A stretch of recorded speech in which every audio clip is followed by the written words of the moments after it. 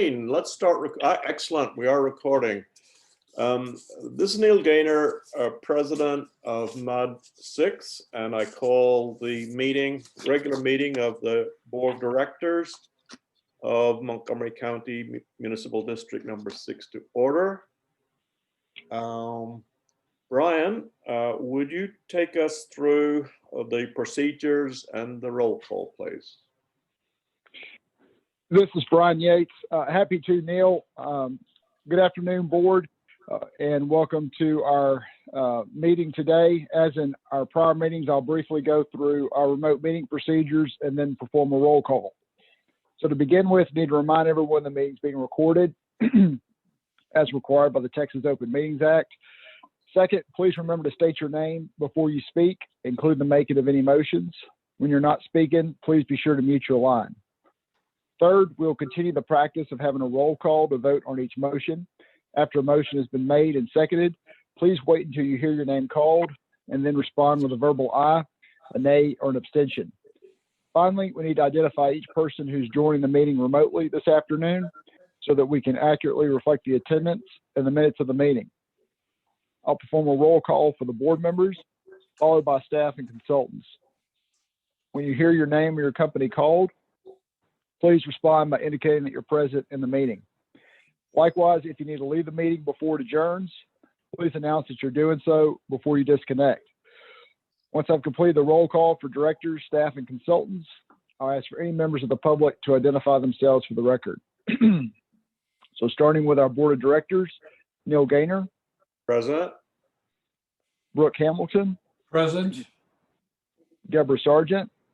Present. Ron Cucci. Present. Bruce Cunningham. Present. Okay, that completes the roll call for our board. We do have a full quorum present. Moving on to our Woodlands Water staff members, Jim Stinson. Present. Mike Mooney. Present. Maureen Bourgeois. Present. Jeannie Scott. Present. Shelley Lawson Kennedy. Present. Anyone else from Woodlands Water in the meeting? If not, we'll move on to San Jacinto River Authority staff. Ron Kelly. Not here today. Okay. Chris Meeks. Present. We have Ed Shackelford in the meeting. I do not see him. Okay. And Matt Corley. Present. Anyone else from the River Authority? Okay, moving on to MUD 6 consultants. Do we have any MUD 6 consultants in the meeting? If not, we'll move on to members of the public. Do we have any members of the public present in the meeting? We need to identify you for the record as well. Aaron Hofstetter. Okay, any other members of the public? Maureen, does that cover everyone who appears to be logged into the meeting? That covers everyone. All right, that will complete our roll call. I'll hand it back over to Neil to begin the agenda. Thank you. This is Neil Gaynor. Thank you, Brian. Okay, we'll move on with the agenda, the standard items, receive comments from the public. And I guess, Aaron, you're the one member of the public present. Do you have any comment? I do not. Thanks, Neil. Okay. Moving on to agenda item 3, receive president and directors' comments. Do any directors have comments today? No. Okay. Well, I have one comment. I just wanted to thank the SJRA staff for the excellent tour of the water plant and SCADA facilities on April 1 in the afternoon. It was very well run and very informative. And I recommend to all my directors to take an opportunity should there be a future tour. Okay, moving on to agenda item 4, consider an act on requests for adjustments to or relief from the specific charges imposed by the district. And that'd be over to you, Mike. This is Mike, nothing this month. Okay, This is Jeannie, and I don't have anything either. okay, great. Well, thank you. Okay, we're moving on to the consent agenda. Before going through this, does any director wish to take an item from the consent agenda and place it under the regular agenda? Yes, this is Deborah Sargent, and I just would like to have a discussion about item number 10. in the Okay, well, consent agenda. yeah. I'll tell you what, let's go through and read all the consent agenda items, and then we can go one by one through them if there are any comments or questions for clarification. Okay? That sound good to everyone? Fine with me. This is Deborah. That's fine with me. Okay. Consent agenda item 5, review and act on the minutes of the March 2021 Board of Directors meeting. Item 6, review and act on the financial reports and disbursements of March 2021. Item 7, receive and act upon the quarterly investment reports for the period January to March 2021. 8, receive the tax collector's report. 9, consider an act on the adoption of resolution authorizing an additional penalty on delinquent real property taxes and authorize delinquent tax attorney to pursue the collection of delinquent real property taxes beginning July 1, 2021, including the filing of lawsuits if necessary. Item 10, consider an act on approving attendance and expenses for district and/or Woodlands Water trustee business. And This is Deborah, so I do want to comment on that. yes, I wanted to read all of the items Okay. first, and then we will go through one by one in order. Okay, don't Oh, worry. my apologies. I'll be sure to get to you. My Item 11 apologies. No worries. Item 11, receive the San Jacinto River Authority Woodlands Division report. Okay. Now, any comments, revisions, or corrections to the minutes? That's item 5. Okay. I had a question, I guess, for Maureen. It would be on page 5 of the expenses section. The water services repair number, that really seemed to jump up. Is that some kind of pro rata share for all the repairs that are being done around the Woodlands, or what does that refer to? It could be, it's hard to plan for repairs every year, so it could be higher than budget. Oh, it's way higher than budget. Well, I'm talking in any given year, it could be. Okay.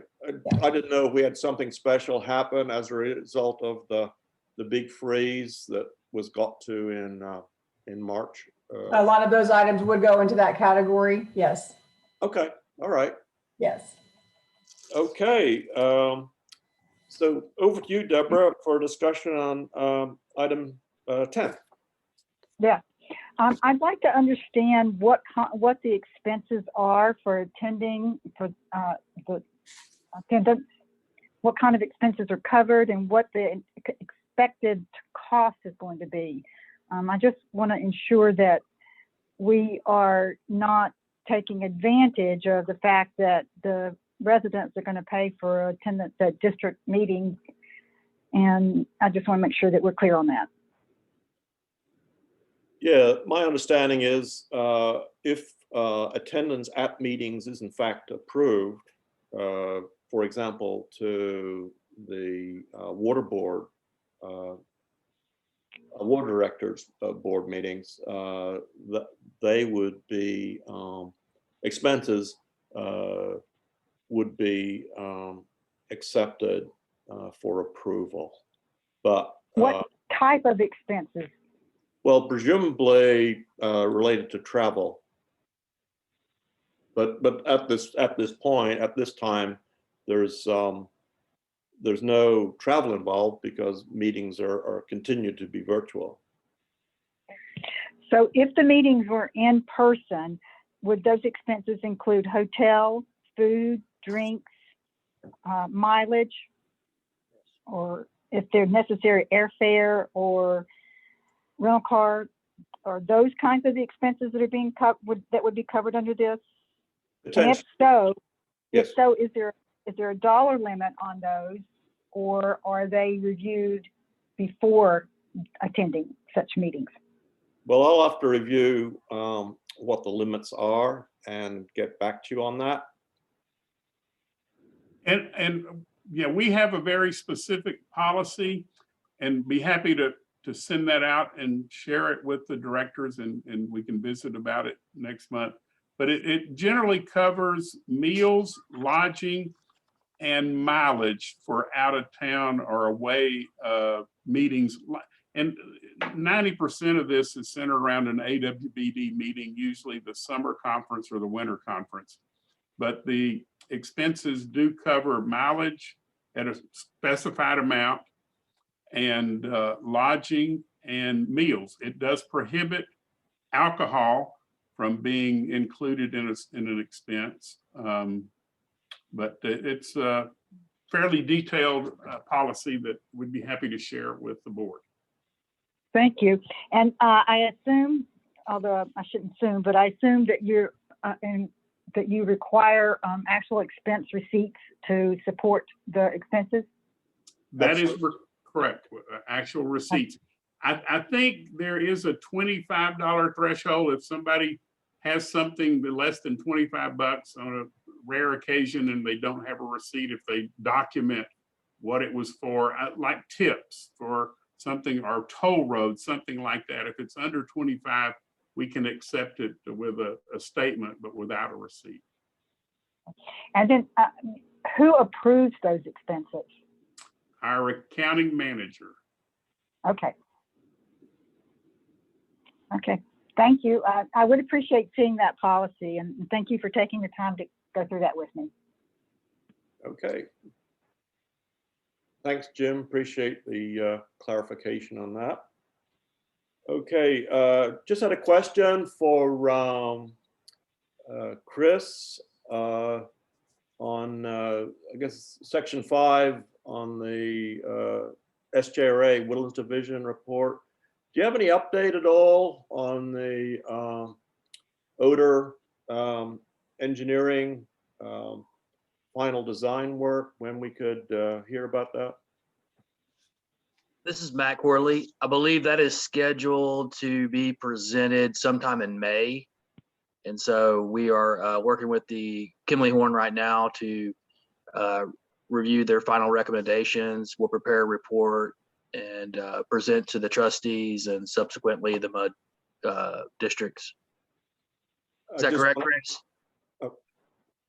Yeah, this is Chris Meeks. I don't know if we're going to actually present or if we're just going to provide the information to the trustees, and if they would like us to present, then we'll present. Okay, and then is there a further step with the SJRA board for final approval? Final approval for and recommendation of what the study suggests as far as construction and so forth. Okay, I got what you're saying. So this is Chris Meeks. The presentation or information we're going to provide in May is still under the preliminary engineering. So at this point, it's just the fan test, the readings and stuff. Once final design is done, it comes back to the trustees, then, and of course the MUDs, and then we'll get direction on which way to go.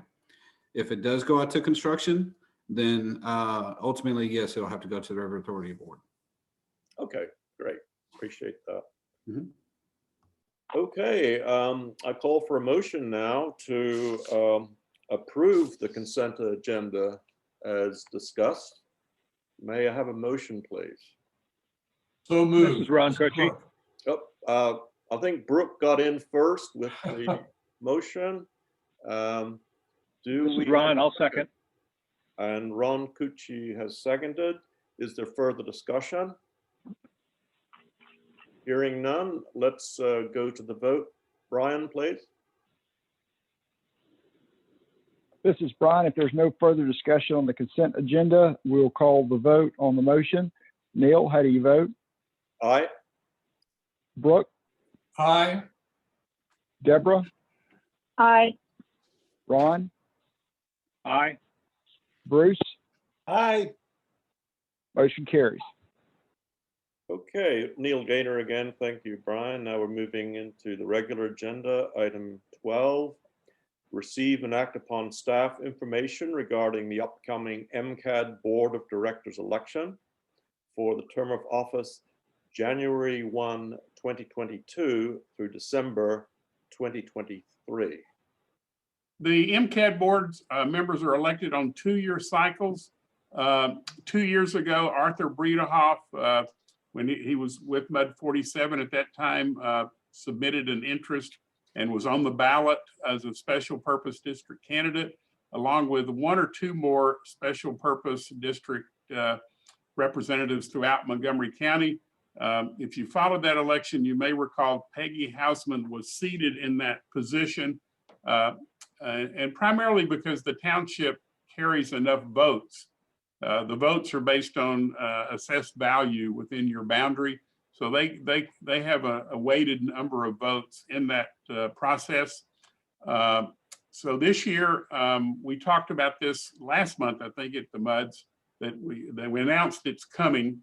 I didn't receive any interest from any MUD director of serving on in this position. So Arthur Bredehoff submitted a notice of interest, and Metro Center MUD on Monday nominated Arthur to be a special purpose district candidate for the MCAD election. So unless you're wanting to put forth another person for that position, no action is needed from MUD 6 today. Thank you, Jim. So having heard no action is required, we can proceed to the next agenda item. Consider an act on a resolution proposal to add to a subsidence metric to LSGCD's DFCs, that desired future conditions. From information I received from Jim today, I propose that we table this. The wording is in the packet. However, it is thought a consistent resolution be approved across a number of MUDs and other entities, the township, One Water Task Force, etc., presenting our interests of people and entities living in the woodlands. And Jim, do you have anything to add to that? No, I had mentioned, I think in our phone conversation, and then that based on our MUD 1 meeting Tuesday morning, the discussion on this topic kind of evolved around the potential benefit of bringing in other entities like maybe the township, maybe the One Water Task Force, maybe all of our MUDs, maybe the Woodlands Water Agency, and trying to develop a unified, consistent message between all those various stakeholders in South Montgomery County or in Montgomery County. And there was some benefit, I think, that was thought that would be helpful. So they actually put a pause or deferred approving the resolution until we could have a chance to vet this through some more entities, more MUD districts, and with a desire to have that wrapped up next month. So that was the discussion in MUD 1, and that carried over. I think this was on the MUD 1 agenda, the MUD 60 agenda, and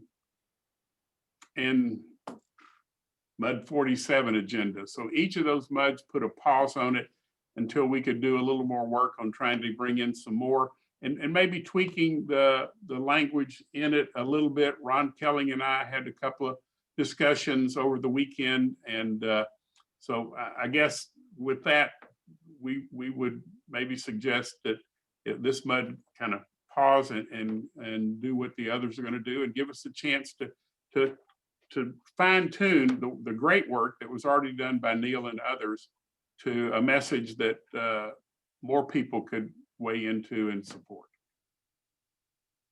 Okay, does This is anyone have any Ron questions? Coche. Okay, Ron, sorry. Well, my only comment would be, I totally agree with the consistency in the message that's coming.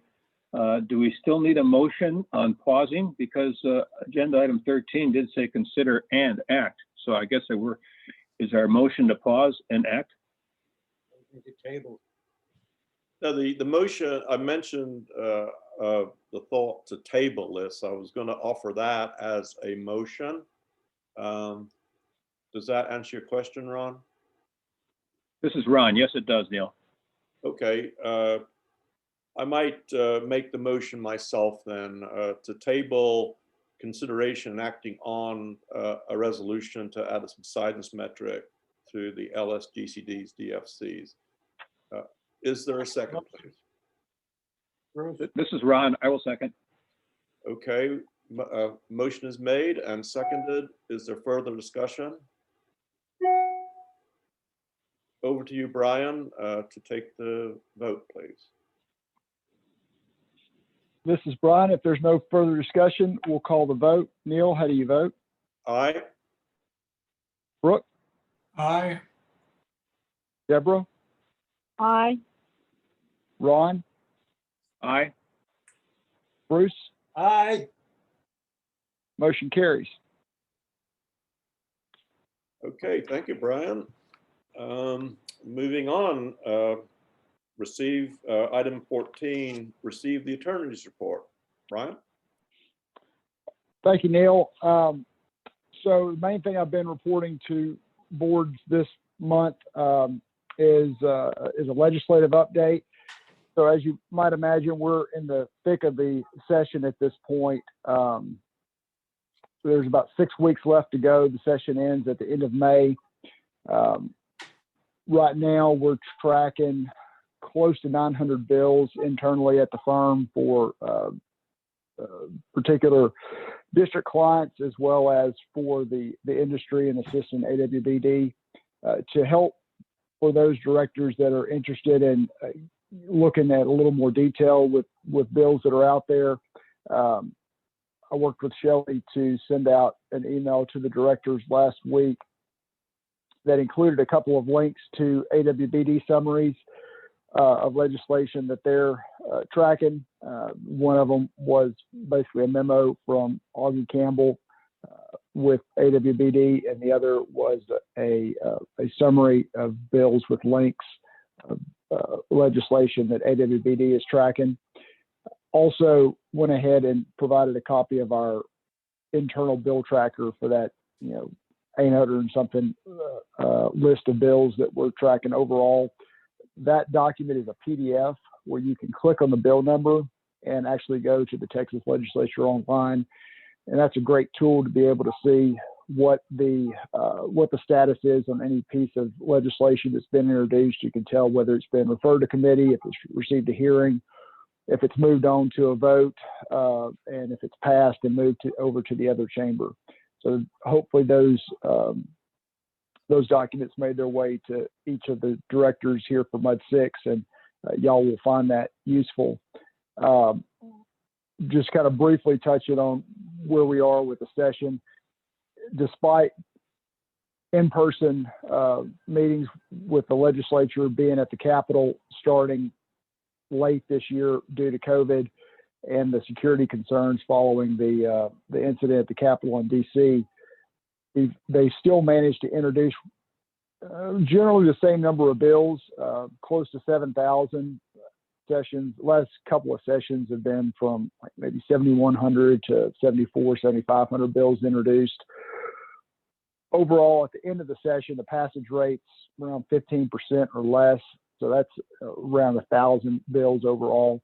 So right now we're in what I would call the weeding out process of the session. Bills that have momentum are getting hearings and moving along to floor votes. Ones that don't are languishing in committee and not receiving hearings. So we're really in that weeding out process right now. It's a little too early to say what bills are not going to make it and which ones are definitely going to make it.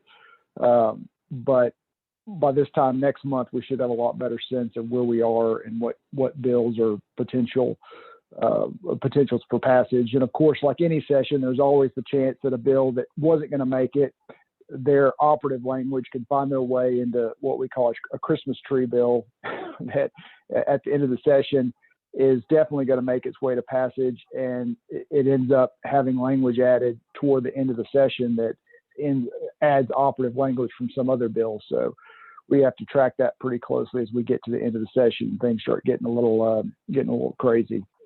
But right now, I would say we've got a lot of bills. Look at the list if you're really curious and getting into more of the detail. But a couple of categories I've been touching on for boards this week are number of election bills that have been introduced that would change some of the mechanics for voting, early voting times, days, ID requirements, things like that.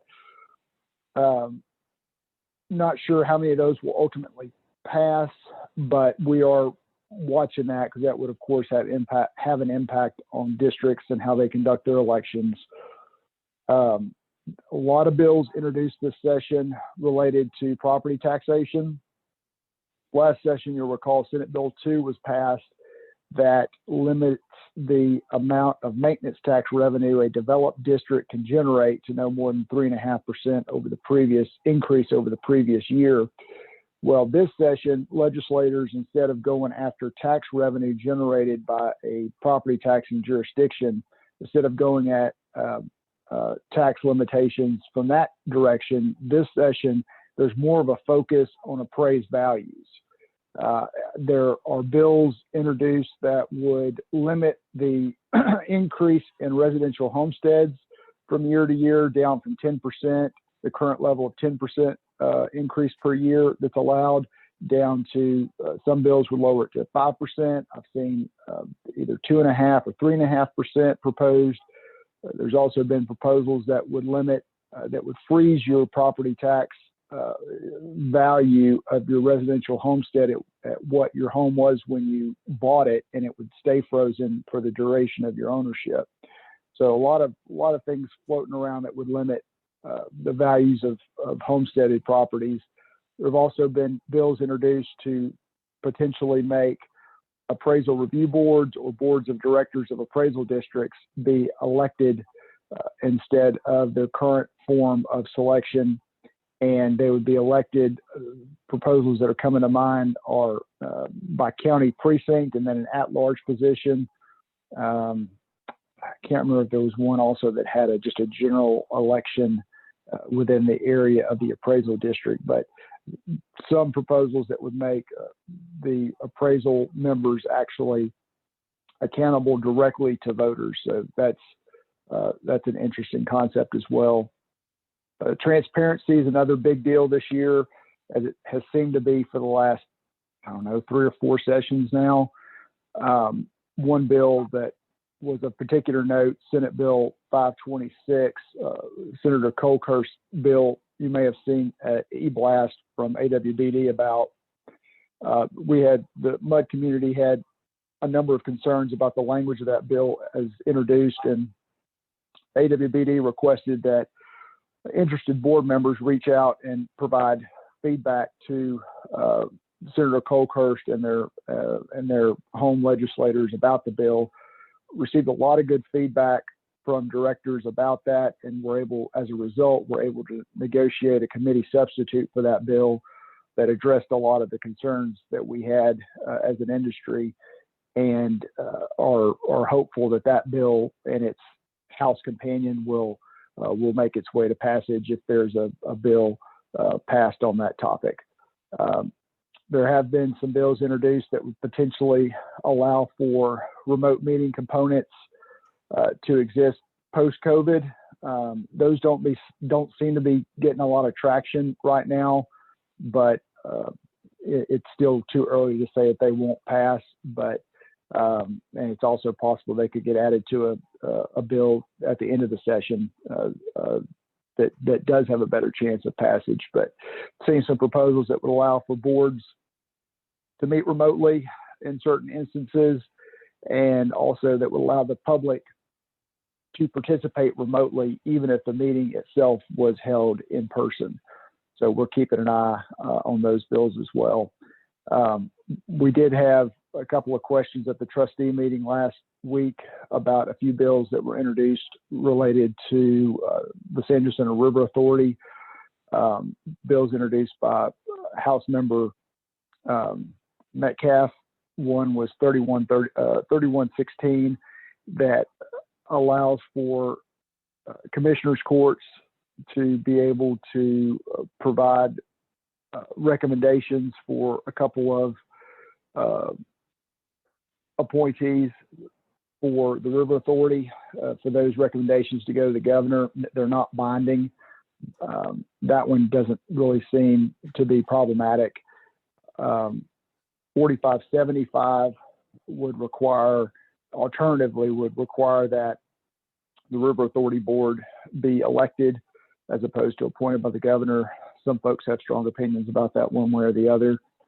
And then 4576, which could potentially be fairly problematic for the Woodlands, would require that the River Authority have voter authorization to issue revenue bonds, which is not currently the case. Only property tax bonds require voter authorization.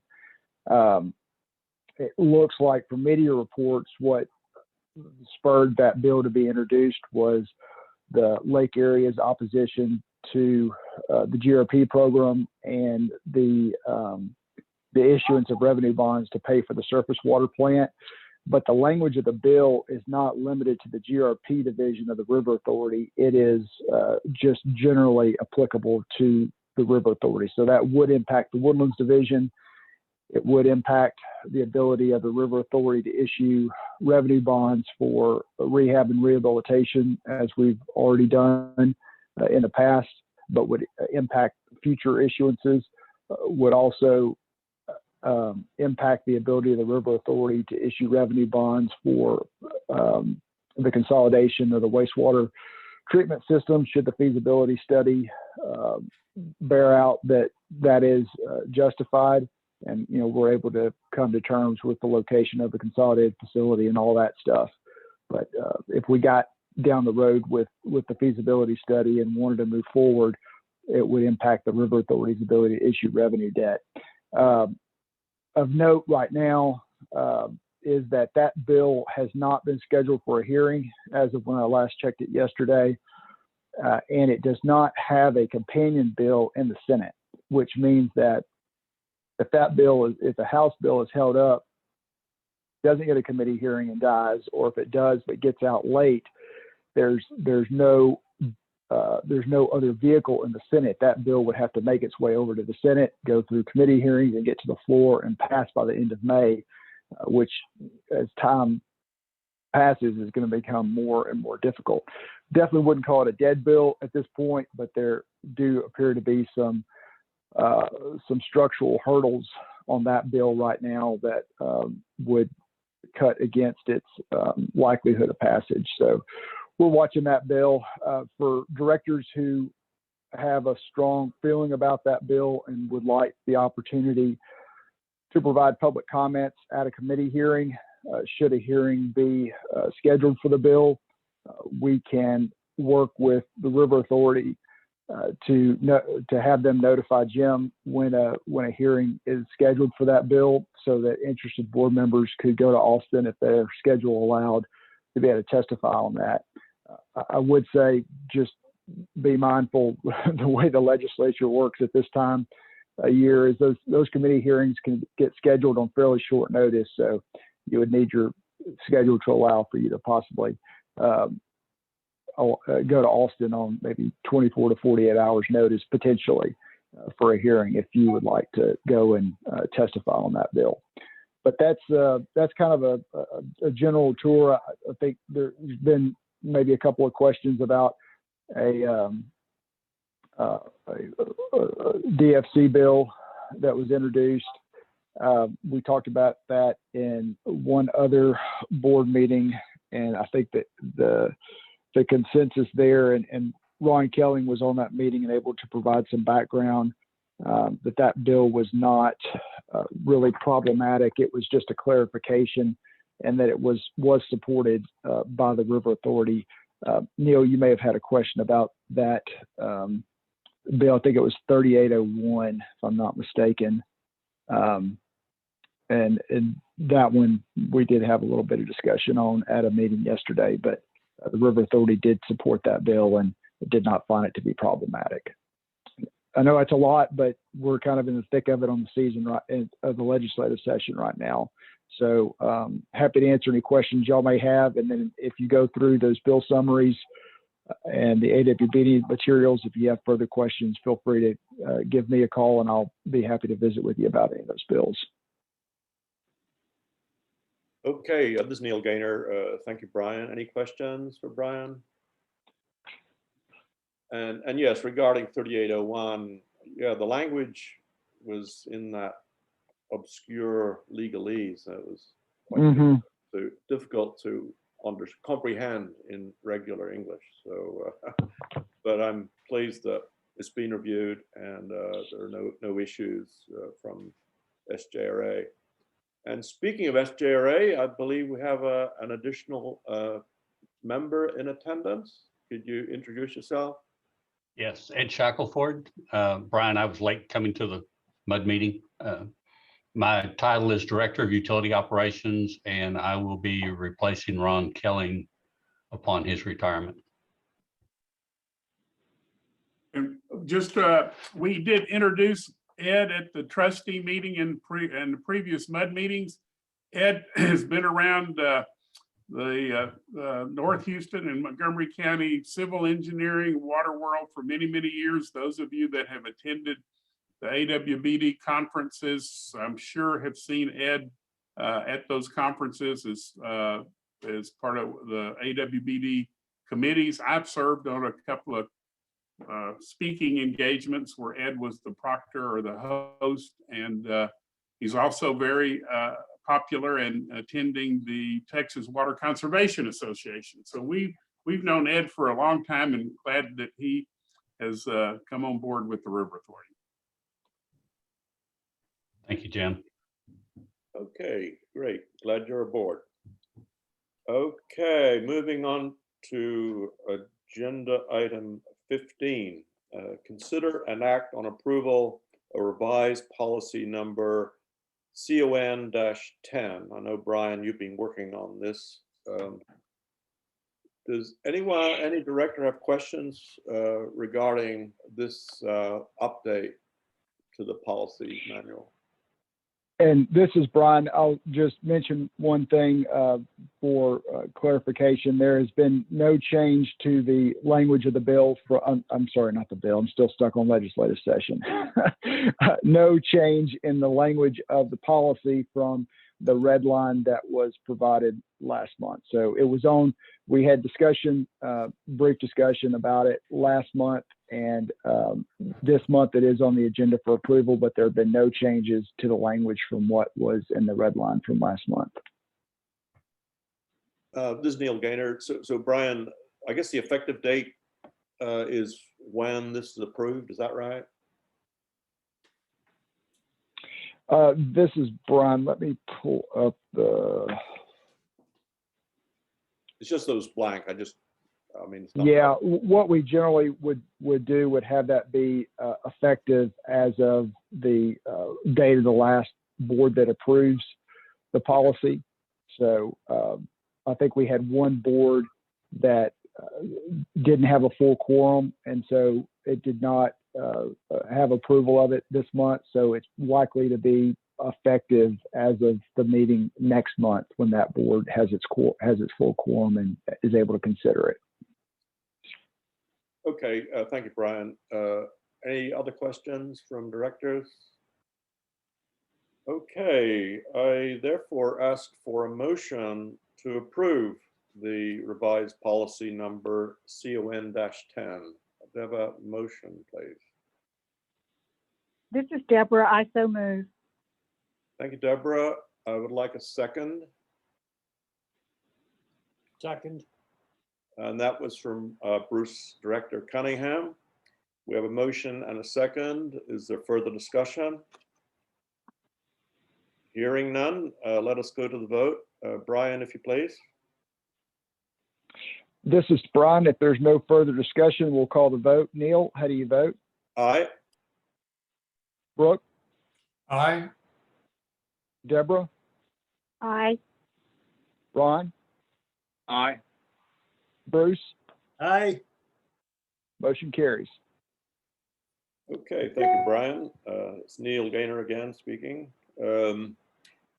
Going to item 16 of the agenda, review information regarding MUD 1 and MUD 6 consolidation study. I know Woodlands Water staff has been hit with a whole bunch of extra work in the past several weeks, and I'm hoping we can get to receiving some information about the consolidation. Jim? You're right, and I agree, and we are going to try to move that up on our project priority list and get some response and information back to you. Yes, sir. Okay, well, thank you, Jim. Well, once we get that, we can really start to dive into the details, and so we'll leave it to a future meeting. We'll keep this on the agenda for as we go forward. Yes. Okay, moving on to item 17, receive the general manager's report. Jim. Thank you. A few items to highlight from our trustee meeting. We did finally get to have a vote on the feasibility of consolidating wastewater treatment. I'm happy to report that that was unanimously approved for the River Authority to finalize the request for qualifications and score consultants and bring the scope of work and the contract for that back to the trustees at a future date for review. We also talked about the San Jacinto Regional Flood Planning Group and efforts from a number of our directors and some township directors to add a voting position to that group. Neil Gaynor was one of the most vocal and certainly influential in that decision. And I'm happy to report that a new voting member position has been added called the Upper Watershed position. I think Neil, I think Neil and others determined that the Montgomery County and the upper watershed of the San Jacinto River watershed was underrepresented. So Neil, would you like to make some comments regarding that action by the board? I think I would like to go a little bit beyond the word underrepresented to saying not represented at all. No, here is the key thing that I observed in this whole process is that basically all the drainages in the upper watershed enter Lake Houston. There's the convergence of the east and west branches of the San Jacinto at the head of Lake Houston. That carries everything into the drinking water supply. And so I pushed this idea of an upper watershed as having an important voice in the planning, which would not have existed otherwise. So yeah, I coined the term upper watershed to focus on these issues, and it was accepted. So bingo, I'm happy about that. And you will recall a couple of months ago, all 10 of our MUDs acted and or voted and approved to support Neil should an additional voting member be created. So I will be preparing a letter of support from all of our 10 MUDs that Neil Gaynor be appointed to that position. So hope that is what happens. We are still in discussions with TACUS regarding water damage, water line damage. And Neil had asked last month about MUD 6, and I think our finding is MUD 6 really doesn't have any damage yet. Hopefully we are able to work out some construction technique modifications, some protocols in notifying or requesting locates, and some other things to minimize the impacts to MUD 6, but your MUD has not been impacted as of yet. Jim, Yes, I've been in contact with Tachys yesterday, and at this point, they do not plan to do any installation in Grogan's Mill. So Mud 6 and 36 would not be affected. okay. I was in a 2-hour meeting with their chief financial officer this morning. We're continuing to hammer out details, develop a path for us trying to recover the expenses that a number of our MUDs have incurred with damage. We do have legal counsel assisting us with that effort. And I would say the talks have been productive and meaningful up to now. I hope they continue to be, and we hope that we can be successful at negotiating a path forward that works for both us and Tachys, but to be determined. We also reported at the trustee meeting that the annual inspection of the Bear Branch Reservoir up near Kirkendall reveals some voids underneath the concrete slope paving on, I think, the downstream side of the dam that need to be addressed. The San Jacinto River Authority is engaging consultants to help review that and try to identify the extent of the voids that need to be corrected. We hope and intend to have better information on this topic in July, where it could be incorporated into the MUD budgets that are responsible for repair and maintenance of that facility. Also reported, I'm continuing to work with a couple of residents regarding AMI pole locations.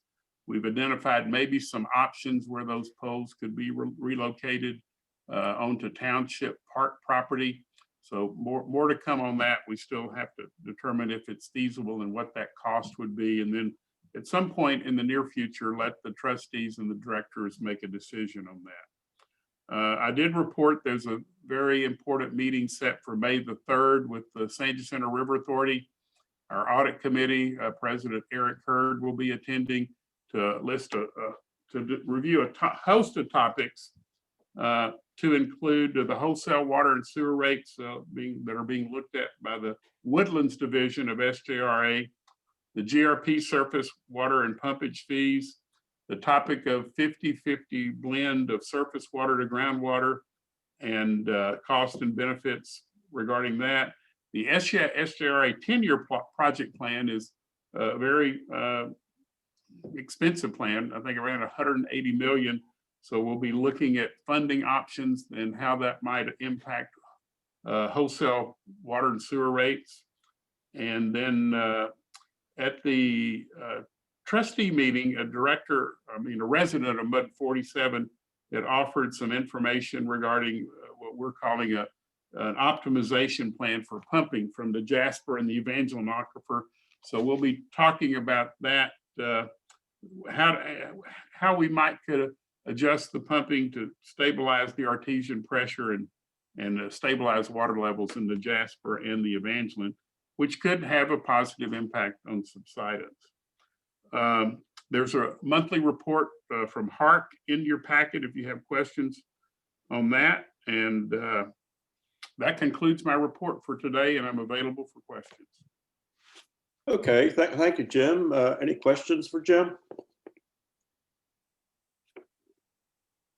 Okay, I have one question. I know it's mentioned in the trustee report. I don't want to get ahead of myself, but you mentioned, I guess in that it's mentioned about the Harris County commissioners having some non-substantive tweaks to the various interlocal agreements that are being set up. Does Montgomery County have any interest or jurisdiction in anything that's going on with regard to these projects? Montgomery County Commissioners Court, no. And the reason the Harris County Commissioners Court is involved because of the Harris County Flood Control District operates under the Harris County Commissioners Court. Okay. That's the nexus or the connection there. Okay, that's what I was having difficulty understanding. Okay, thank you, Jim, for that clarification. Okay, moving on to agenda item 18. Consider an act on an AWBD district voting member representative. And I saw the letter on page, let's see, 36. Could we get some? And you know, we got an email from AWBD, kind of blindsided by this, wanting all of their MUDs, our MUDs and all of the MUDs that are part of AWBD to select a single person out of your 5-member group to be your voter representative. Right now, I know it's for the amendment vote on the bylaws and then the election in June of the AWBD trustees. I don't know whether it goes beyond that. So we just complied with their request and to put it on the MUD agendas. And I think the June meeting is an option to attend in person or attend virtually. Again, you don't have to be present to vote. You can vote remotely, electronically. It's kind of an awkward scenario, but here we are. Yeah, that's what I was thinking and trying to read through that email. It was a little strange, to say the least. I will report that if you're struggling how to deal with this, that Brian Yates reported many of his other MUDs are taking the approach or the protocol that the presiding officer, the president, be given that authority. I know some of our MUDs, some of the directors and other MUDs routinely attend those functions, and they talked about delegating it to those directors that actually go and attend. But again, you don't have to be present to vote. You can vote remotely. So this is a little different from what's occurred in the past. Okay, well, hey, if that's the precedent, how about a past president? But I guess, I'm sorry, Bruce, I was just jigging you there. I'm happy to represent you all and vote how you want me to vote in the AWBD bylaw changes and so forth. So I guess we need a motion then for yours truly to be MUD 6's representative on the AWBD voting apparatus, I guess, for want of a better term. So. Well, this is Deborah Sargent, and I'll make that motion. And I'll second it. I knew Bruce was going to get in there really fast to get that second on the floor. Well, thank you both, Deborah and Bruce. Is there any further discussion? Okay, well, let's go to the vote, Brian. Wait, before I do that, is it okay if I abstain, Brian? This is Brian. You don't have to, but if you'd like to, we do have enough of a quorum to carry the vote without your vote. Oh, okay. Let's just take the vote then. Okay, we'll call the vote. Neil, how do you vote? Aye. Brooke? Aye. Deborah? Aye. Ron? Aye to Neil putting one more course on his very capable plate. Bruce? I have Neil put an extension on his resume. The resume extension vote has passed. Okay, thank you, board, for your vote of confidence. And thank you, Brian, for taking that vote. Okay, let us go to agenda item 19, receive the Woodlands Water Trustees report. Ron. This is Ron. Thank you, Neil. Once again, Jim's been very thorough in covering the general manners and review. The only other topics that I really left open for discussion or question were the Spring Creek Panther Bear Branch, as you talked about, Neil, on the Harris County Commissioner's influence and the role of Montgomery County. That's been addressed. I do have one question before I open it up the trustees meeting minutes to question. And that was, is there a schedule of tentative timing right now for the installation of the AMR/AMI in MUD 6? Would Mike or Jim care to respond? This is Mike. Right now, MUD 6 is scheduled to start in the first week of August. And it's, if I'm looking at the schedule, I don't think it goes much past the end of August. It's a three-week job for MUD 6. This is Ron. Mike, the reason I'm asking, I guess it's personal. We'll probably be out of town in July and August. And I was wondering, historically, have there been any hiccups with installations within other MUDs that would cause an absentee owner concern? This is Mike. No, I was not home when they changed my meter either. Didn't know it till the day I came home. No issues. Some of my neighbors had talked to the guys, but the typical procedure, just so you know, is they knock on the door, make sure if there's no one home that there's no water being used. You know, we're doing about 80 to 100 a week of this, and about half of those people are not home, either on vacation or at work. This is Ron. Thank you for addressing that, Mike. No other comments on the trustee minutes? Do any of the directors have any questions on the minutes? I have a question. This is Brooke. Yes. As far as the excess funds, how much of would be MUD 6 portion? I thought that was addressed specifically on there. Was it like 44,000 over the 2 years? I'm not sure. I don't have it right in front of me. I don't remember it being broken down per MUD district, but yours would be essentially what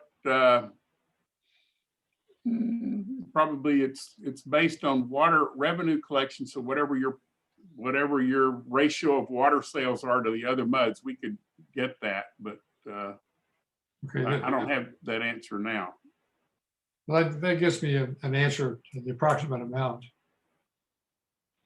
And then was there any thought given to retaining those funds for maintenance for our aging systems? The way the resolution or the policy is set up, it's yes, it can be the trustees make a decision whether to let the San Jacinto River Authority keep it and add it to their R&R fund to help stabilize wholesale rates, or it is refunded back to the MUDs. But the decision is made at the trustee level each year, and it's been fairly consistent. Rather than give it back to the MUDs, that they encourage the River Authority to use it for their projects. Chris, do you have a breakdown on what MUD 6's portion of that would be? No, Jim, I do not. I haven't broken it out based off of water consumption. This is Ron. Brooke, I recall a couple of months ago at the trustee meeting being $44,000 coming to mind for MUD 6, but that's my memory 2 months ago. Sorry. Okay, that's sufficient. That's sufficient for me at this point. And as far as the River Authority keeping the money, that makes sense to me to encourage them to do that, or encourage the trustees to vote that way. Thank you. Okay, thank you, Ron, for your report. Appreciate it. Okay, moving on to agenda item 20, discuss any matters for placement on future agenda. Okay, I don't hear any. Let's see, it is now 2:29, and without objection, I will adjourn the meeting of the MUD. Can I say one more? This is Mike. Can I say one more? Sorry, Mike. Yeah, I was thinking about what Ron said. He's traveling. He'll be traveling during the months or the month when the meters will be installed. I would encourage all the board members to sign up for the WaterSmart portal, customer portal. So if you're in a situation like Ron, you can monitor your usage. I'm assuming you're leaving your water on for irrigation and such. You can monitor your usage once your portal is set up and the meter's installed. And you can set alarms or alerts to alert you or notify you if there is some excessive usage, over 1,000 gallons a day or 5,000 gallons a day or a week, just to alert you in the case there is an issue that you don't see since you're not home. This is Ron. Thank you, Mike. That's a good idea. I'd probably really appreciate knowing the week that it's going to be installed, so I wouldn't be spending my Colorado time checking my WaterSmart meter every day to see what's going on. At least I'd have a heads up. Let me just. This is Maureen. We are sending out WaterSmart group messages about the week before we start a different district. So you'll get it. This is Ron. That would be excellent, Maureen. That's all I ask. Thank you. Yep, sure. And I set mine to alert me if it went over at all what my previous usage was. So I'm getting alerts every day, but I'm doing it just to see how the system is working and play with it. So you can set your alert very, very low where you will know when the new meter is installed, and it'll start giving you data as soon as it gets connected. Excellent. Assuming the tower is up in your area, I think it is. Okay. Yeah, there's that one on Slash Pine. I don't know if that overlaps with Mud 6 residents. Yeah, it's up. It's up and working. Okay.